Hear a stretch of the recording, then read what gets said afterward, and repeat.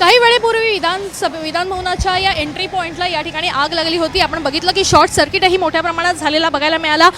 तपासणी केंद्र आहे आणि या ठिकाणी या एंट्री पॉइंटलाच मोठ्या प्रमाणात स्पार्किंग झालेलं बघायला मिळालं आणि तात्पुरत्या झालेल्या या एकूणच या आगीमध्ये आपण बघतोय की कोणाला इजा झाली नसल्याचं जरी म्हटलं गेलं असलं तरी आता 10-15 मिनिटांनंतर या ठिकाणी अग्निशमन दल जे आहे ते दाखल झालेलं बघायला मिळत आहे। सध्या या आगीवर नियंत्रण जे आहे ते प्राप्त झालेलं आहे। मात्र अग्निशमन दलाचे जवान या ठिकाणी सध्या दाखल झालेले आहेत, ते देखील एकूणच या ठिकाणची पाहणी करत आहेत। काय नेमकी परिस्थिती आहे याचं खरं तर आढावा या ठिकाणी अग्निशमन दलाच्या या जवानांकडून घेतला जात आहे। पोलीस देखील त्या ठिकाणी तैनात असलेले पाहायला मिळत आहेत आणि हे आग लागण्याचं नेमकं कारण काय आहे हे खरं तर जाणून घेण्याचा प्रयत्न या ठिकाणी सध्या केला जात आहे।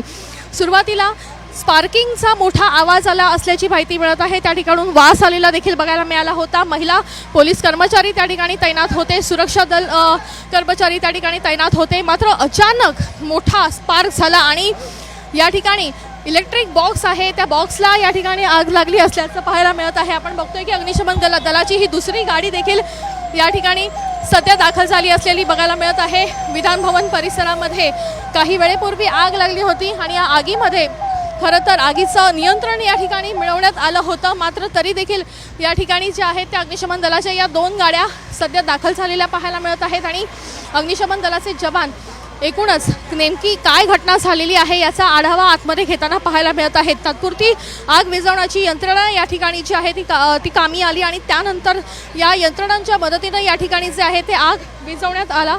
तर त्यानंतरही मोठ्या प्रमाणात स्फोट होताना देखील बघायला मिळाले, मोठ्या प्रमाणात स्पार्किंग देखील झाले आणि त्यानंतर संपूर्ण लाईट जी आहे ती या ठिकाणी बंद करण्यात आलेली आहे। इलेक्ट्रिसिटीचा पुरवठा बंद केल्यानंतर या ठिकाणी आता परिस्थितीचा एकूण आढावा घेण्यासाठी अग्निशमन दलाचे जवान दाखल झालेले आहेत। अगदी सर्व ठिकाणून अग्निशमन दलाचे जवान जे आहेत ते आढावा घेताना पाहायला मिळत आहे। या ठिकाणी हे तपासणी केंद्र आहे, या ठिकाणी इलेक्ट्रिक बॉक्स आहे, वरती एसीचं सर्किट देखील आहे आणि त्याला आग लागली होती का, तिथून स्पार्किंग झाला होता का, या सगळ्या गोष्टीचा आढावा देखील घेण्यात येत आहे।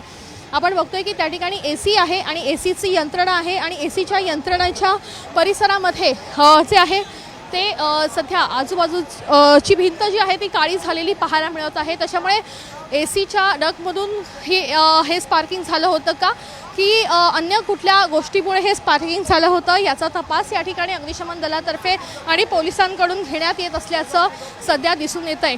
या ठिकाणी आज महत्त्वाची बैठक होती आणि यासाठी मुख्यमंत्री उपमुख्यमंत्री दोघेही विधान भवनात दाखल झालेले होते। बैठक झाल्यानंतर अवघ्या काही वेळेतच अशा पद्धतीनं हा स्पार्किंग झालेला आहे।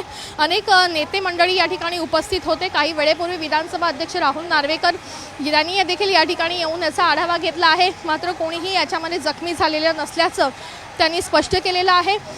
काहीशी हानी नक्कीच झालेली आहे, वित्तहानी झालेली आहे, मात्र यामध्ये कोणालाही कसलीही दुखापत झाली नसल्याचं देखील स्पष्ट करण्यात आलेलं आहे।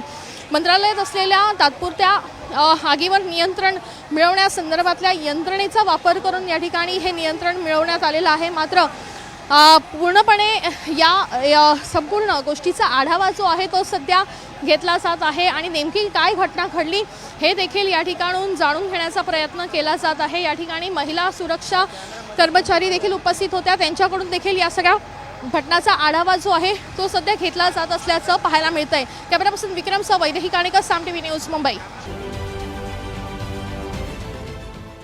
देश विदेशातील प्रत्येक घडामोडींचे लाईव्ह अपडेट मिळवण्यासाठी आता साम टीव्हीच्या सर्व सोशल मीडिया प्लॅटफॉर्मला लाईक, फॉलो आणि सबस्क्राईब करा। तसंच सर्व नोटिफिकेशनसाठी बेल आयकॉन प्रेस करायला विसरू नका।